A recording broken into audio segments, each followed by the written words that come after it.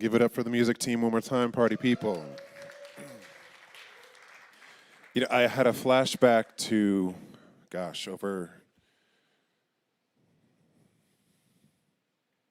30, 25, 30 years ago when I first stepped into this teaching. And I was a musician. I was a working musician. And one of the things that really got me was the willingness to bring the principles of this teaching into anything. I mean, that was a Rihanna song, y'all. Like, when I think Rihanna, I don't think like I'm getting lofty in my mind and my heart, right? I'm just gonna, get down a little bit. But I got to break down really quick because this is gonna connect to our talk. So the lyrics, in case you weren't able to follow along, maybe you don't know the lyrics of this song. I'm gonna be talking about your soul today and the glee that your soul expressed the moment that you were born.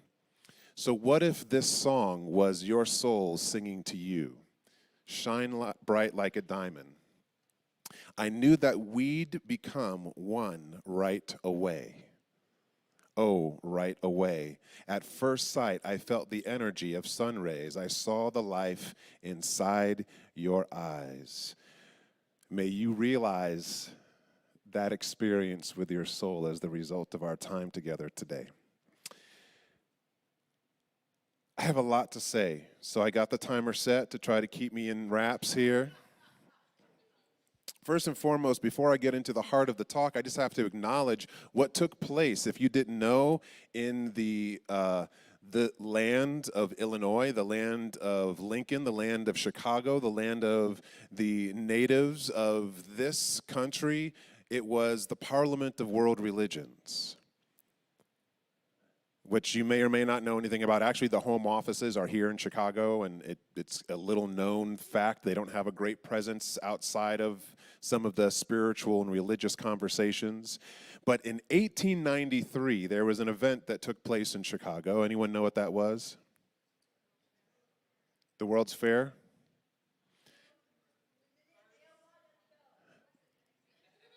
What's that?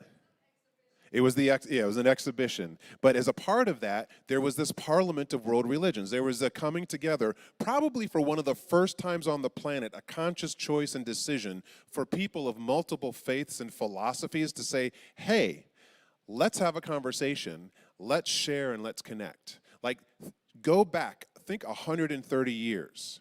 So there were people in shackles, there were people enslaved in this country, there were people, all sorts of horrible things happening, but there was a breaking open of consciousness that was taking place. Fast forward decades, there had been more parliaments happening around the world, and it returned back to Chicago. And I had the privilege, many of us, a part of the leadership here, and people from around the world, some fellow ministers from other cities, Rev D had there, came and converged on this space, not only with religious and spiritual leaders, but thought leaders in the political realm, in the environmental space. Because it was this beautiful realization for me is that you can't have a conversation about spirit without having a conversation about the body of this and the body of the earth that we live upon. So anyway, I don't know if there's a way that you can download and check out stuff. I was completely overwhelmed all week. There were so many workshops and keynotes that it was literally mind-blowing, but there was so much beautiful to witness. So check out parliamentofworldreligions.org and see if there's anything available. Now, to the topic of today. The theme this month at Cityside is letting go. We are looking at the book, The Universe Always Has a Plan, The 10 Golden Rules of Letting Go by Matt Kahn. Is anyone actually reading this book? Okay, awesome. If you aren't, check it out. If you don't want to check it out, just listen in. Because there's principles that are found in this book that are found in any and most of the traditions of the world. Whatever you may resonate with, there's something that you're going to hear today. So let yourself get ready to hear something and say, I'm ready to hear something. Out loud, affirm, I am ready to hear something. Okay, all right. So this book is broken down into a bunch of chapters, and as always, the curator of curators, the master director of this community, Reverend Amy, handed me a handful of chapters and said, "This is what I want you to focus on." I'll do my best. Last week, Reverend Linda set things up, and she was like, "If you want to go back and touch a little bit upon number 6, go and do it." I don't think I could do anything because it's actually the foundation of the book. The title of the 6th golden rule, the 6th chapter, is "The universe always has a plan." The universe always has a plan. That is a weird concept. Would you agree? It's hard to get in our humanness. But the universe always has a plan. I'm going to break it down. Don't worry. The 2 that I was actually given today to focus on were rule number 7. Everything changes, but it can only change for the better. I think everyone likes the first part of that sentence. Everything changes, comma. Everyone can agree with that, right? But it can only change for the better. There might be some arguments, right? Yeah, well, that thing can't change for the better. We'll see. And then this was actually, when it comes to the talk title, which I'll get to in a minute, the idea of freedom and freeing ourselves from some of the should, would, and could, and the blame and the shame of what we think we should be or who we should be as spiritual practitioners on this planet and as human beings. In order to be emotionally free, this is golden rule number 8. In order to be emotionally free, it's okay to dislike. Oh. I didn't say hate. I didn't say be mean. I didn't say kill. I didn't say anything other than it's okay to dislike. Because if you are human, is there anyone who's not human in the room?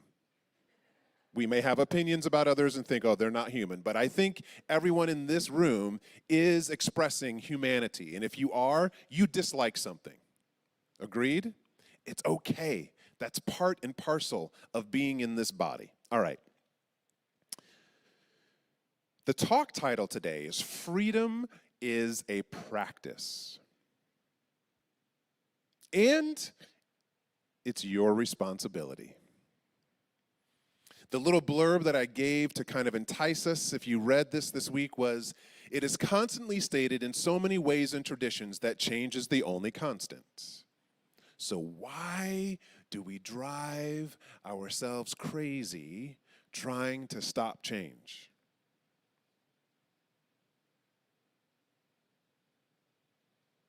Because we're human. We like comfort. We like normal and regular and familiar. We get hurt. We want things to be easy. We have expectations of others and of ourselves. What if you could practice freeing yourself from the pain and the suffering that's often associated with that every day? Not get to freedom. There's this reference to freedom that I think all of us think freedom is in some place, right? When we get to the freedom land, which is a great thing and an idea to have, but we're going to talk about a different freedom, an everyday freedom. And this freedom calls upon nothing but your willingness to practice taking responsibility for your experience. So freedom in this context, it is the freedom that arises out of accepting what is. That's it. That's literally how simple it is. Freedom that arises out of accepting what is. We could stop right there. That's the truth. Rarely do I like to put a period at the end of something because I think there's always more, but there is freedom in accepting what is. Let's start with a personal experience. So let's see if you can have a illustration right here in this moment. We're going to do a short little meditation. So uncross your legs and uncross your arms. Those of you out in virtual land, hello and greetings to you. Salutations. Stop multitasking. Stop looking at email. Stop looking at other social media. Put your phone down. Draw your attention away from the screen. For those of you in the room, you don't need to look at me. I'm not going to do anything that you need to see. Let your attention drop down towards the floor and take a slow breath in through the nose. And as you exhale, if it feels good, let the eyes close. If it doesn't feel safe or comfortable to close the eyes, then just keep your attention focused downward towards the floor. Notice right now if there's something that you don't like or something maybe that you really are liking. Regardless, let your attention, let your opinion of this moment be.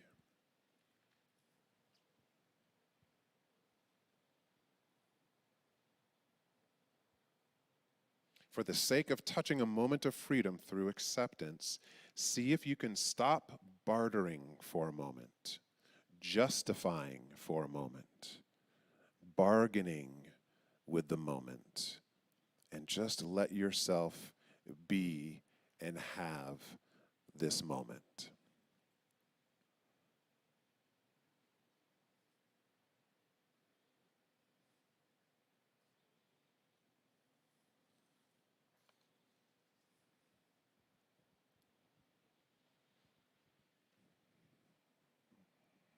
An easy breath in.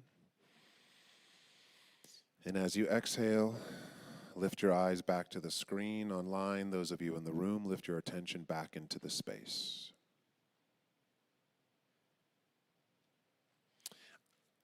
I had the privilege to speak. Reverend Roderick's spoken here before, right? He has a community that he does a Thursday night talk. I had the opportunity to speak in his community, and he gave me the title of The Winning Soul for a talk. And it totally spilled over into my thinking about today. And this idea of the winning soul, the winning soul, to put that phrase together, to me it implies, or it made me question, can the soul ever lose? And I would think a lot of us on our human self would say, well, yeah, I'm losing right now. If you only knew what was going on in my life, my soul is not winning. I want to challenge that. The soul can only know winning. The soul only knows winning. The moment that you were born, let's go back to shining bright like a diamond. Your soul was like, yes, thank you. I've got another opportunity right now to experience life. I've got this thing, this body to be in. I get to partner with this mind. I get to partner with this body and experience life. Yes, I've got everything I need. That's the winning soul. That's the soul that only knows possibility, that only knows creativity, that only knows a willingness to take responsibility to be in its experience. That's how we are when we're born. We commune with our soul, and there is a dance party happening. Even though we're going, ah, inside of us, the soul is going, yeah. But our human experience, our human self, starts to take over. The ego moves to the forefront of our understanding. And the ego only knows duality. It knows right and wrong, good and bad. And there's nothing wrong with that. The unfortunate side, though, is when we experience the totality of our understanding of life through the ego, through our tangible human experience, oftentimes that dualistic living, it's just not enjoyable. Anyone ever check out of their life? You might be checked out right now. You might be having one of those moments where you're like, you know what, I'm just not willing to participate in my life today. It may have been really hard for you to get into this room, to literally get here. It may have been hard for you to open up your computer or to turn on your phone and just get here, to be a part of this community online. Those are those unwilling moments, right? Where we're just feeling like it's just, you're trudging through sludge to do anything.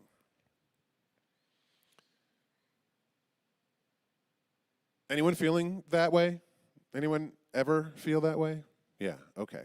Just making sure that we're still all human in the room. You might feel like that today or not. Regardless, would you be willing to say that if you become a greater participant in your life, regardless of your opinion of it, the more that you participate in your life, it will only be for the better? Does that make sense? Okay. So let's go back to the talk title now. Freedom is a practice and it's your responsibility.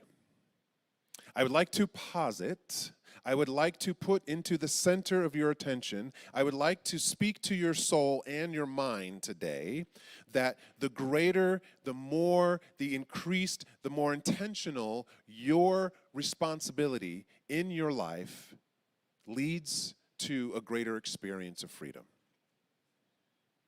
All it takes is willingness. And I think we can get this on the intellectual level. We can go, oh, okay, yeah, you all just agreed. Yes, if I participate more fully in my life, I can probably experience a greater sense of freedom. Totally, get it. This doesn't mean taking responsibility for the positive and thinking, oh, that's because I'm good. And this isn't about taking responsibility for that which we would call negative as a reason to blame and shame ourselves and call ourselves bad. No.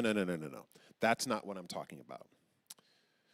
The freedom that arises out of taking responsibility for our response to things, whether it's something that evokes joy or pain, we can take responsibility for our response to it. And the more and more we take responsibility for that, that is where we are free from the trappings of the ego. Our soul and spirit, and sometimes even the intellectual mind, can step back and go, yep, that's right. This is what it means to be a New Thought practitioner. This is what it means to be a religious scientist. This is what it means to be what we call a metaphysician. To step back from the physical. Let me read you the definition of a metaphysician in case you're like, well, I don't know. I'm not a doctor of anything. Yes, you are. You are a metaphysician if you are in this room or you are online listening to this talk. A metaphysician is a student of the branch of philosophy that deals with the first principles of things, including abstract concepts such as being and knowing. So is anyone in here a student of this first principle of being and knowing? All right, then you are a metaphysician. Being and knowing requires transcending the physical. That is what the prefix meta means in metaphysician. To transcend. So we as metaphysicians this morning, and hopefully for the rest of your lives going forward, we explore transcending the physical. But you know what? You can't be a metaphysician without the physical. Some of us try to just float lofty and it's like, oh, my human experience, I don't see it, I'm just going to bypass around it. You can't be metaphysical without the physical. You have to have your human experience. You have to have the body, whether you like it or not, the way it looks right now in the mirror. You got to have it. It's here to serve you, to allow you to commune with your soul, to be a metaphysician. The body has so much more richness when the soul and the spirit is involved. Would you agree? The undergirding message of this book, The Universe Has a Plan, and I think it's the undergirding idea of any of the world religions at their core, aside from rules and regulations and things, is that we're here to integrate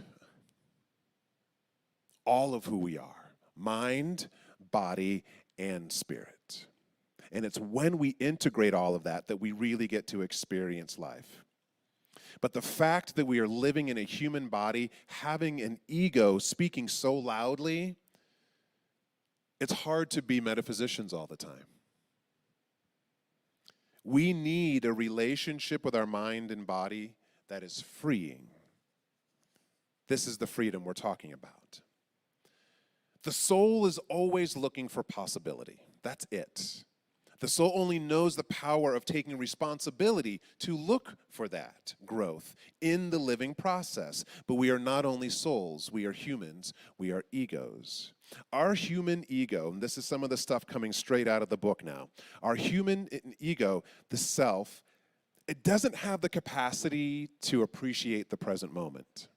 Let me say that again. Your ego does not have the capacity to appreciate the present moment. Our egos only look for good somewhere else. Tomorrow, when there's an extra $50,000 realized in our bank account, when there's an extra 10 pounds magically gone from the body, when that perfect partner comes into our life, when that perfect business deal falls into your lap, when the partner you have in your life starts acting right so that everyone can be okay, when we become a person that we actually aren't here to be, we have this ego has this whole game of constantly going over there. This couldn't possibly be it. The core belief of the ego, the core construct, is I can't be happy here. That's what the ego is saying all the time. That's the subtext of the ego. I can't be happy here. The present moment, the ego says, couldn't possibly hold happiness, nor could it ever. The ego wants something different than what is. On the flip side, everything that the soul experiences is for the greatest good and unfolding. It is winning, the winning soul. The soul is winning at every moment. The soul says there's so much opportunity right here, right now. This moment is ripe. This moment is rich. It's juicy. There's so much that could possibly become of it. The challenge is that the ego goes, wait. This moment right here. Sitting in this old building in wherever, Chicago, this is it. This is the right moment that we've been waiting for. And the ego goes, nope. If this is it, sorry. I got to take control of the situation here. I'm going to start manipulating you, and I'm going to start manipulating me to make things right, because you obviously don't know what that is. It's somewhere down the road, and we're going to get there, but we got to start doing some manipulation right now to make it happen. Are you tracking me here? This is the work of the ego constantly. This is the incessant story that the ego is telling us. Our ego and human self really doesn't want to accept life as it is. And we get fed up, and that's when we start to become unwilling participants, where we start to check out, where we start to let go in a way that doesn't serve us. We release responsibility. So I want to come back to the reading that John offered from the book. This particular phrase of willing or unwilling participant is straight from Matt Kahn. He says, in order to become a willing participant, you have to know what it means to be an unwilling participant.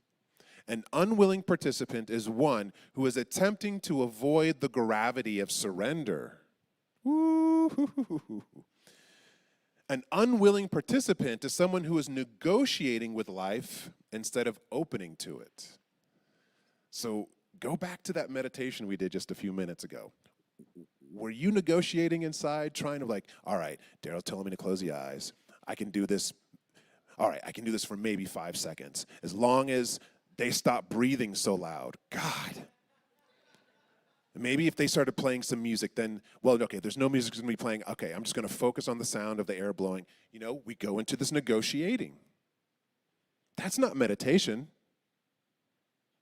Now, you're still meditating, you're still in a practice of paying attention to the present moment, but you are paying attention to the present moment through the chatter of the ego, trying to barter and justify and bargain. In order for true insight to dawn, we must ask our lives how our lives are only changing us for the better, with no further negotiations in mind. How is your life right now changing you for the better? And immediately the mind's like, well, that's the negotiating. What if you could put a question mark and just listen? How is my life right now changing me for the better? You may not have the answer, but are you willing to ask that question and listen to your life? Because the universe always has a plan, to go back to that. And if the universe always has a plan, it's not that you are powerless and you have to wait and see. The plan of the universe is possibility, period. Creativity, period. Abundance, love, trust, all the things that we want and desire. That's the plan of the universe.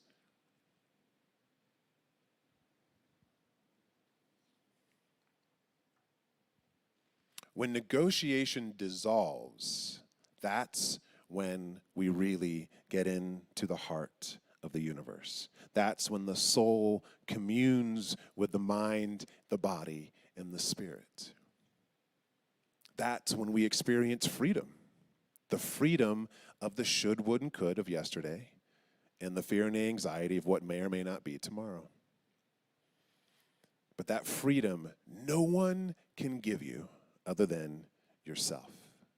And it is not a single choice and decision that you make. It is a practice that you exercise every single day. The ego is in constant negotiation. Don't make that right or wrong. It just is. However, once we really accept that that's what's going on, that is part, not all, part of our truth, then we can be metaphysicians and transcend that physical domain, the duality of the ego, and embrace the soul that is only looking for opportunity, moment by moment by moment, in the humanity that we live. This is why we practice. That's it, to integrate, to be free in this day, to let tomorrow be tomorrow. All the freedom that you thought you had 10 years ago because something else was going on and you were in a younger body and you had less responsibility, bull. That was just a different time, a different experience. Right here, right now, this is the place to be. This is where the party is. It's the only place the party can be. And if the ego and if the spirit can say yes to that and let go of the negotiation, our theme is letting go. That's what I challenge you to let go of, is the negotiating that we're constantly doing with life. That song that was sung earlier in the service, Let Go and Let God. If God is a word that kind of pushes a button for you, just let go and let. Let go and let. I'm going to ask you to come up and play a little bit more of that chorus. Let go and let God. Let go and let the universe have its way. The lyrics say, as soon as I stopped worrying about how the story ends, and let this moment have its way. There's two things I want to leave you with. We must ask how our lives are only changing us for the better with no further negotiations. This is a direct quote from the book. We must ask how our lives are only changing us for the better with no further negotiations in mind. That takes practice. To support that practice, there is an affirmation that I want you to speak within your own heart today. Repeat after me. My soul is delighted with this moment, and I am willing to accept it. My soul is delighted with this moment, and I am willing to accept it. My soul is excited with this moment, and I'm willing to accept it. Just partner with your soul. That's all you need to do. My soul is delighted with this moment, and I'm willing to accept it. My soul is delighted with this moment, and I am willing. All you have to be is willing to accept it. You don't have to figure out how. As soon as you let go of how the story ends and let the universe, let God, let love have its way with you, may we all in this moment join with the delightment of our soul. The delighted soul that says, yes, yes, I'm so excited to be here in this body, in this experience, in this ripe moment right now. There's no other place that I'd rather be. Let's get together and have a party today. Let's celebrate our living today. I may not like everything I see, but I can do something with everything I see. I can say yes to it. I can appreciate it. I can ask questions of it. I can give to it. I can love it. I can nurture it. I can be in the moment. And there's no right or wrong way to be in the moment, but just to stay here. This is where the divine is. As soon as I stopped worrying about how the story ends, and let go, and let love, let trust, let the universe have its way. Oh, how glorious the moment gets to be, where we commune with the delighted soul.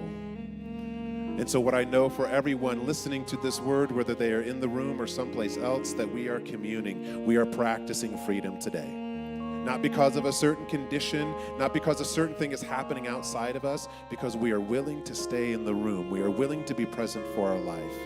We are willing to be in the like and the dislike, but know that the soul is delighted with the opportunity that is being presented right here and right now. And what I know is that whatever is happening in your life, it is an opportunity. This doesn't diminish hardship, but I say that in the midst, in the center of that hardship, there is something growing. May it grow with a little bit more ease today. May it flower, may it blossom, just like something growing out of the ashes of a great fire. May it come to fruition in some way, shape, or form in your mind and heart today. How grateful I am for the fulfillment of this word, for the freedom of the soul. And so it is. Amen. Peace and blessings to you.